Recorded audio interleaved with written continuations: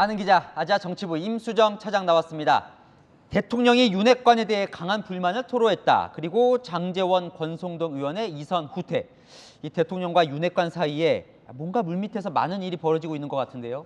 네, 일단 이 윤 대통령이 윤핵관과 거리 두기에 나선 이후 이준석 국민의힘 전 대표를 빠뜨릴 수 없을 것 같습니다. 권성동, 이철규, 장제원과 같은 윤핵관들, 그리고 정진석, 김정재, 박수영 등의 윤핵관 호소인들은 서울 강북 지역 또는 수도권 열세 지역 출마를 선언하십시오. 이 전 대표는 윤리 징계를 전후로 당 분열 배후에 윤핵관이 있다 일관되게 공격을 해왔는데요. 결국 혼자 물러나지 않고 윤핵관까지 끌어내리는 데 성공한 셈입니다. 시청자분께서는요 질문을 주시는데 갑자기라는 표현을 쓰시는데 시청자분은 갑자기 이 선으로 후퇴하는 것 같다 이런 느낌이 드시는 것 같아요. 이유가 따로 있습니까? 네, 뭐 결정적인 이유라고 꼽을 수 있는 것은 이 비대위 전환 과정에서 드러난 윤핵관 사이의 권력 투쟁이 영향을 미쳤다 이런 이야기가 나옵니다. 이 권성동 원내대표와 장제원 의원 한 번 형제는 영원한 형제다라면서 갈등 속을 일축하기로 했지만요. 사실 물밑에서 경쟁은 계속됐었거든요.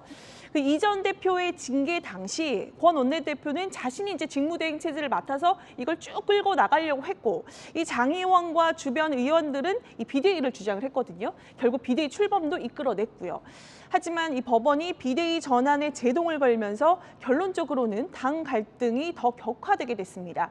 이 윤 대통령 이 대선에 이어 지방선거 승리로 국정 초반에 힘을 받아야 할 시기에 오히려 윤핵관들이 사태를 더 악화시켰다 이렇게 보는 것 같습니다. 그렇게 보는군요. 그러면요. 최근에 대통령실 쇄신이 계속 이어지고 있는데 이 배경도 사실 뭐 이것저것 의견이 분분했어요. 이 불만과 관련이 있는 건가요? 네, 그렇습니다. 이 대통령 지지율 하락과 더불어서 이 대통령실의 역량 또한 도마 위에 올랐었잖아요. 이 경질된 참모들 가운데 상당수가 윤핵관 라인이었는데 이 윤핵관에 대한 대통령의 심기를 불편하게 만든 원인 중 하나라고 볼 수 있겠습니다. 오늘 장제원 의원이 또 약간 뭐 갑자기 이선 후퇴 선언 비슷한 걸 했는데 이것도 이제 대통령의 불만과도 연관이 있는 겁니까? 네, 뭐 장제 의원 대통령과 직접 소통을 했다기보다 이런 분위기를 전체적으로 감안해서 이 추석을 앞두고 여론이 더 악화되기 전에 스스로 결단한 것 같습니다. 뭐 지금 상황에서는 이선 후퇴가 대통령에게도 또 자신들에게도 나쁘지 않은 선택지다 이렇게 판단한 것으로 보입니다.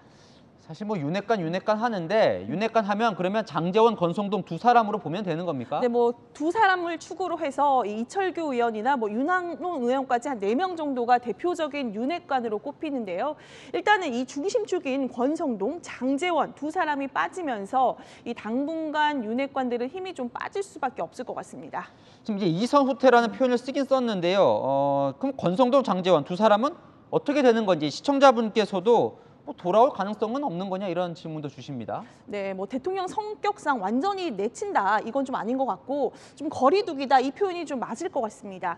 이 대통령실과 국민의힘 양쪽 모두 좀 취재를 해봤거든요. 근데 양측 모두 지금 이렇게 안 하면 서로 부담만 더 커진다. 또 서로를 위해 거리를 좀 두는 게 낫다면서 이 파장을 최소화하려고 하더라고요. 특히 이제 여당에 탄탄한 기반이 없는 윤 대통령으로서는 뭐 윤핵관들이 필요한 존재일 수밖에 없다 이런 이야기도 있는데요. 이 소나기를 피하듯 당분간은 거리를 두겠지만 위기가 오거나 또 대통령 주변에 사람이 없을 때 윤핵관들을 다시 찾을 수도 있을 것 같습니다. 자, 이 취임 100여일 만에 이 윤핵관의 이선 퇴진. 좀 빠른 겁니까? 이 측근들의 이선 퇴진은 사실 뭐 또 다른 정권에서도 꽤 있었잖아요. 네, 뭐 김대중 전 대통령 그 집권 당시에는 그 이미 이제 정권을 잡기 전에 이 측근 그룹인 동교동계가 이선 후퇴를 선언하기도 했고요. 문재인 전 대통령 때 생각해 보시면 핵심 측근으로 꼽히던 양정철 전 원장 배구 종군을 선언하기로 했습니다. 이 당시 친문 핵심들 대신 뭐 임종석 비서실장 등 캠프를 도왔던 광흥창 팀 위주로 청와대 인사를 구성하기도 했었고요. 그런데요, 어쨌든 뭐 여당과의 관계를 생각하면 윤핵관은 물러나더라도 누군가는 당에서 대통령과 주도적으로 의견을 뭐 나눌 사람이 필요해 보이는데 그러면 새로운 윤핵관이 생기는 걸까요? 네, 일단은 좀 지켜봐야 될 것 같지만요. 일단은 이제 김대기 비서실장을 주축으로 한 이 대통령실 참모그룹, 또 검찰 출신의 이른바 이제 검핵관이라고 요새 불리던데 이 검핵관들은 일단은 힘은 좀 받을 것 같습니다.